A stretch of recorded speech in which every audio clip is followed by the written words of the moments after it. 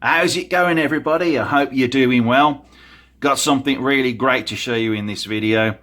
It's one of those meals that when the nights get colder and darker, it's sort of a go-to food for me. It's very cheap to put together, very filling, easy to do. It just ticks all the boxes. It's called Hillbilly beans, or Hillbilly casserole it is sometimes called. So let's get into it. And what will you need? Well, I've got a lot of tins here because I'm cooking for a lot of people. So you can just scale it down, whether you're cooking for yourself or just you and a friend or your partner. Doesn't really matter. Won't affect the flavour whatsoever. So let's get into it.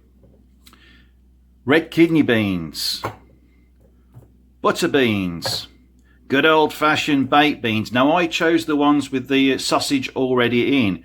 However, if you could get some hot dog sausage, cut that up, put it in there, or even if you wanted to, chop up some bacon and put that instead of sausage. It is totally up to you.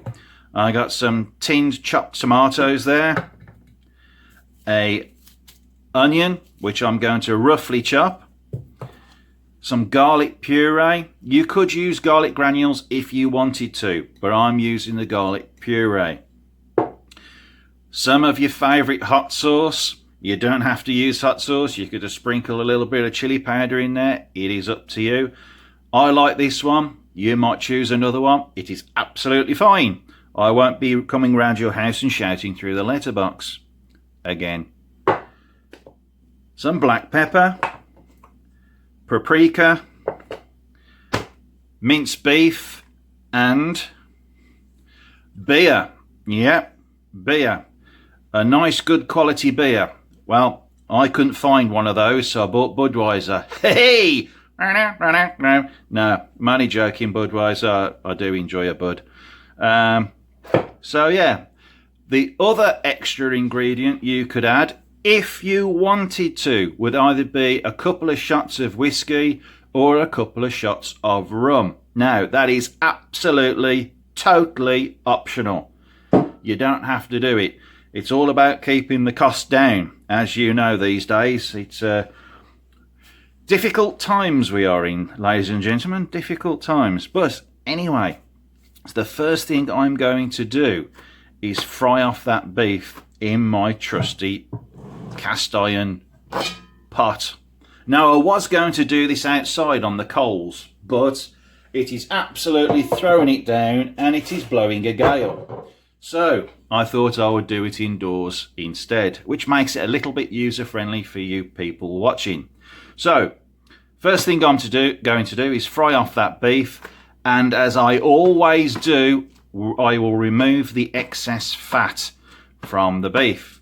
Then I'll add the onion and we'll take it from there. So let's do that. And here I am at the flame-ovator. Okay, see all that bubbling away? And what I do, just get my spatula and push all that mince to one side and just press it. Because you see all that down there? That's what you don't want. What's not what I want anyway, and I hope you don't want it either. Now I suppose if you were in the wilderness and you wanted to make every calorie count, then I suppose you would keep that in. However, I am not in the wilderness, well, not as such, and I really don't want that in there. So as you can see, look at all that. So I'm going to drain that off. Now when you do drain it off, do put some soap powder or washing up liquid in the sink before you drain it off, and make sure the hot water is on. I do not wish to be blamed for clogging up your pipes. Right, I'll drain that off and then we'll get to the next stage. So let's do that.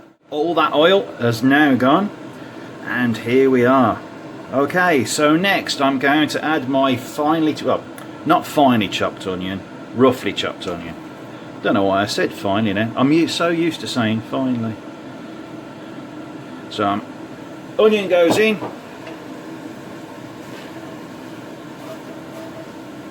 Give that a little stir up. Next we're going to put some black pepper. This is when everything comes together really quickly. So it's about 1.5 teaspoons of black pepper. Get your paprika. Now you can use smoked paprika if you want to, it's totally up to you. So I'm going to put about 2 teaspoons of paprika in there. Give that a quick mix.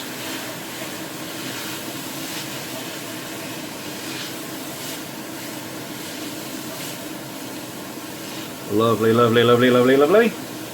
Okay, the garlic puree. You can use garlic granules if you wish. I just like the puree.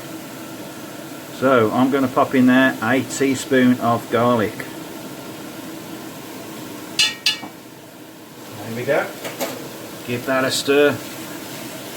I do love using this this cast iron pot, the Dutch oven as it is known.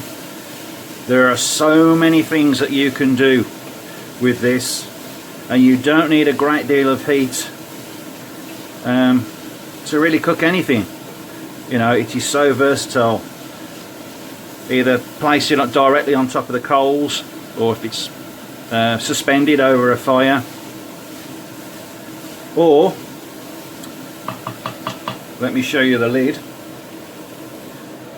And that's why you've got that recess all the way around the lid. So you put the hot embers on there, or charcoal, and it is surprising in a very short space of time the internal temperature of that that pot, that Dutch oven will get. And you don't need a great deal of coals to get that temperature up. Absolutely fantastic piece of kit. If you haven't got one of these, then please go to eBay or Amazon or your chosen place of purchases and buy yourself a Dutch oven. It'll probably cost about £30. Well worth it, absolutely well worth it. You can even bake bread in this. As I said, you put the dough in there, place some coals on top, and in about 45 minutes you've got a nice loaf in there, perfectly done. These are absolutely fantastic. I do like cooking with the Dutch oven. As I say, I was going to cook all this outside, but the weather is not on my side, so here we are anyway. Okay, next we're going to add our chopped tomatoes. Now I'm cooking for a lot of people, so you can just scale this down to whatever you want. And the smell of that is absolutely beautiful now. It's starting to, all the flavours meeting and greeting each other. Absolutely fantastic. Give that a little stir. Lovely, lovely, lovely, lovely, lovely.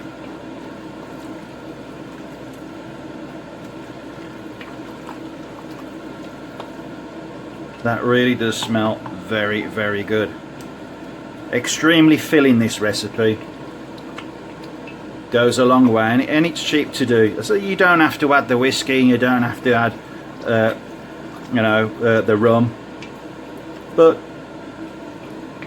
if you wanted to and you've got some, then why not? But the beer is a necessity. That's the one you want,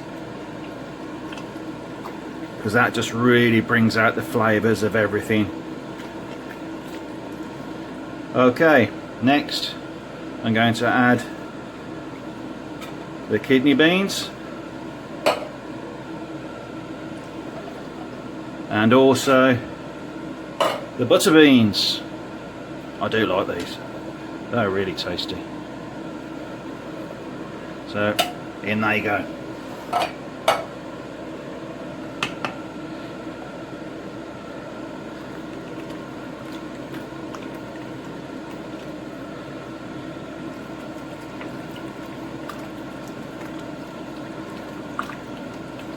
Wow. Nice.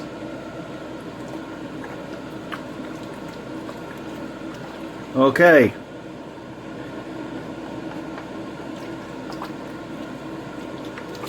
I'm going to leave that with the lid on for about 15-20 minutes on a medium heat, and then I'll come back, and that's when I'll add the beans and sausage, the hot sauce and the beer. So I'll pop that lid on,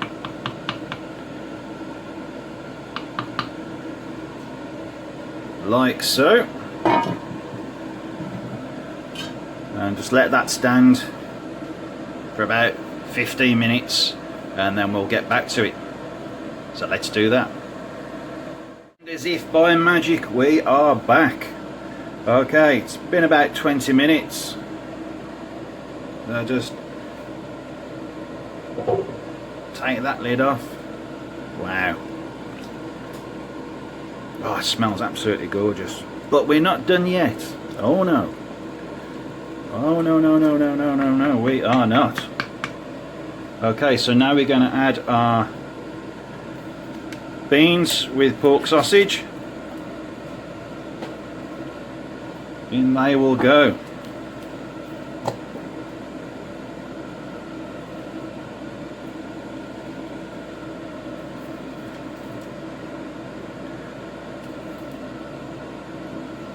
Come on, out you come, you know you want to. And give that a stir. Mix all that in.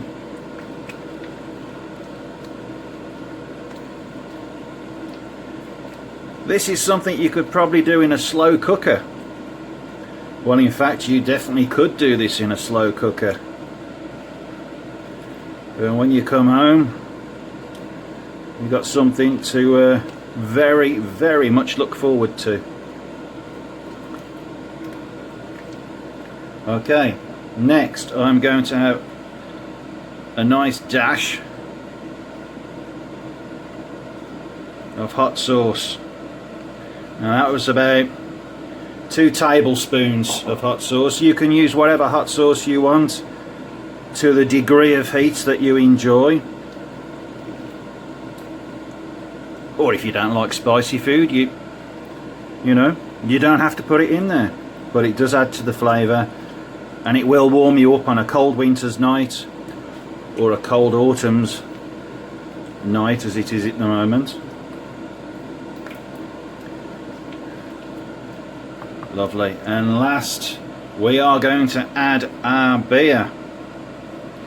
Well, not lastly, because I'll probably put a couple of shots of rum in there, but you don't have to. So in there goes a good dash. Well, I say dash, it's about half a bottle.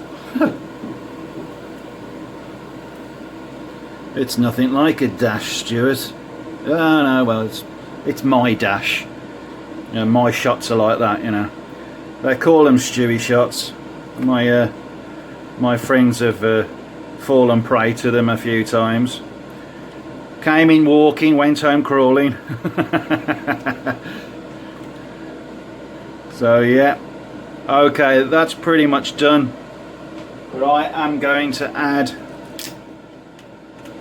a little shot of rum. You can use whiskey if you want to, it's absolutely fine. But anyway,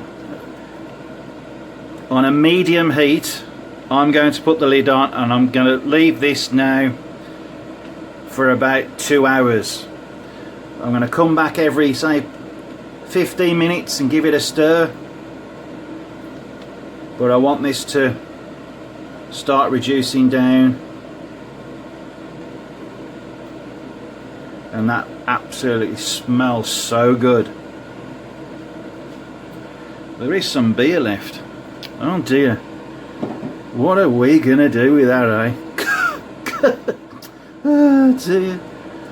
So, yeah. Let's pop that lid on. And I will see you. Well, to you it'll be a blink of an eye. But to me it's going to be 2 hours. So let's do that. Here we are. Now I would like to say this is 2 hours later, but it isn't. It's actually 2.5 hours later, because I went to sort the garage out and that turned into something else, which then turned into something else. Don't ask. Just, it was one of them. Take a deep breath. Okay, so it's about 2.5 hours, so in fact I'm going to let's be sensible, shall we? There we go. Wow. Oh yes. There you go. Got that nice rich sauce, nicely reduced. Absolutely fantastic. Look at that. Wow. Nice and rich, full of flavour, so filling, so tasty. You will love this, trust me, you will love it.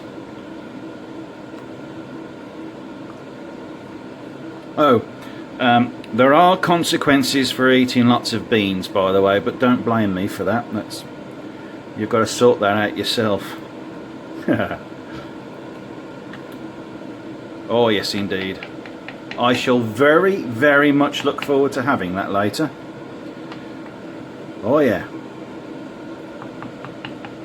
So there you go. Hillbilly beans, or hillbilly casserole, whatever you want to say. Hillbilly beans that I like to go with, to be honest. Easy to do, extremely filling, very tasty, and as you've just seen, easy to put together. So give it a go. Give it a go. Right then, that's it. I'm done. So if you've liked this video, give it a thumbs up. Even better, click that subscribe button. It would mean the world to me, and I'll catch you on the next video. See ya.